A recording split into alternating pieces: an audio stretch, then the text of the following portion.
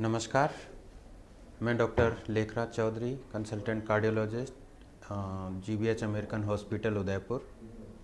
आज मैं आपके सामने उपस्थित हूँ एक बहुत ही महत्वपूर्ण विषय पर बात करने के लिए। तो आज की हमारा चर्चा का विषय है कि हाइपरटेंशन यानी हाई ब्लड प्रेशर और उसके द्वारा होने वाले हमारे किडनी या कहें गुर्दे पर दुष्प्रभाव के बारे में, तथा इस दुष्प्रभाव को हम कैसे रोक सकते हैं। तो इंटरनेशनल सोसाइटी ऑफ नेफ्रोलॉजी के डाटा के अनुसार विगत कुछ वर्षों में हमारे देश में क्रोनिक किडनी डिजीज़ या एंड स्टेज रीनल डिजीज़ के जो मामले हैं वो लगातार संख्या बढ़ती जा रही है। तो इसलिए बहुत ज़रूरी है कि हम इस बीमारी को जानें, पहचानें और उसको हम कैसे रोकथाम कर सकते हैं, उसके बारे में यहाँ पे आज हम बात करेंगे। यूँ तो ब्लड प्रेशर या हाई ब्लड प्रेशर पूरे शरीर को, हर ऑर्गन को और हर ब्लड वेसल्स को यानी रक्त वाहिनी जिनको कहते हैं हिंदी में, उन सबको इफ़ेक्ट करता है।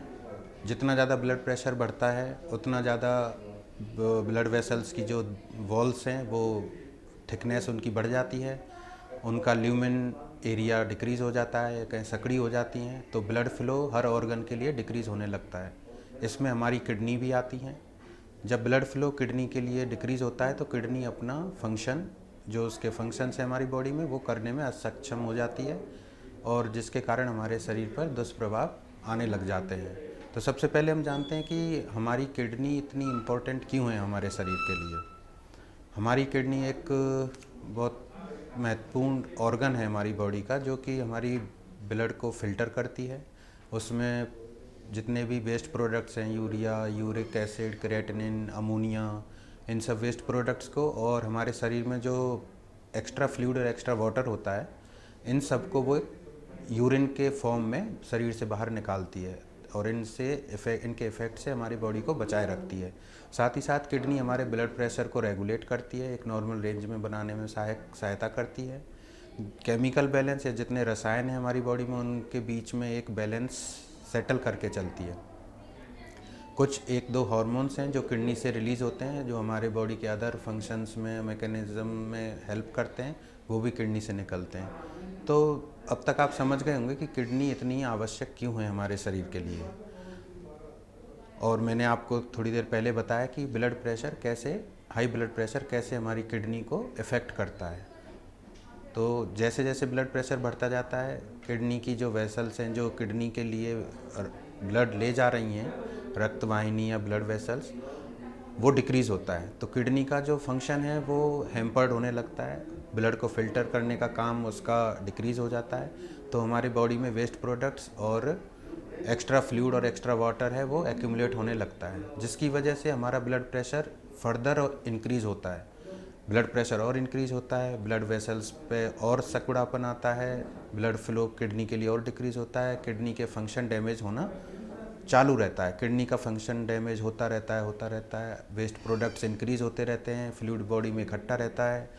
तो ये एक साइकिल बन जाती है कि ब्लड प्रेशर बढ़ रहा है, किडनी इफ़ेक्ट हो रही हैं, किडनी डैमेज हो रही हैं और किडनी का फंक्शन डिक्रीज़ हो रहा है, और फिर से वेस्ट प्रोडक्ट्स और वाटर बॉडी में एक्यूमुलेट हो रहा है, फिर ब्लड प्रेशर बढ़ रहा है और फिर किडनी और डैमेज हो रही है।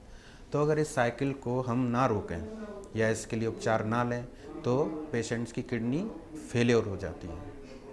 तो उसके भयावह परिणाम होते हैं, जान माल सब की हानि होती है। तो इसलिए हमें बहुत ज़रूरी है कि हम इस चीज़ को पहचानें कि हमें अपना ब्लड प्रेशर रेगुलेट रखना है, कंट्रोल रखना है, ताकि हमारे किडनी बची रहें। तो इसको हम कैसे बचा सकते हैं?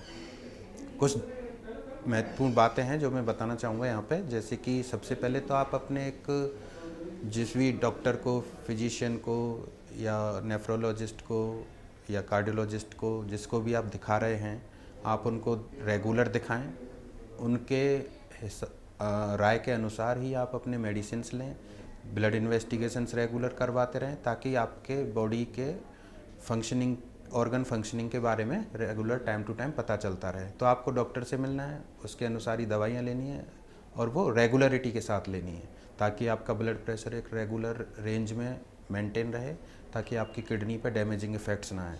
साथ ही हमें एक हेल्दी लाइफस्टाइल और हेल्दी डाइट लेके चलना है अपने साथ। हेल्दी लाइफस्टाइल कि हमें रेगुलर फिजिकल एक्टिविटीज़ करनी है। अब ज़्यादा नहीं तो कम से कम 30 मिनट पर डे एक्टिविटी कर सकते हैं, at least 5 days in a week. उसमें आप cycling, jogging, running, swimming, walking, इस तरह की एक्टिविटीज़ आप कर सकते हैं, तो आपकी बॉडी की एक फिजिकल एक्टिविटी मेंटेन रहेगी और आपका ब्लड प्रेशर और सिंपैथेटिक नर्वस सिस्टम है, पैरासिम्पैथेटिक नर्वस, सारे रेगुलेट रहेंगे, आपका ब्लड प्रेशर मेंटेन रहेगा।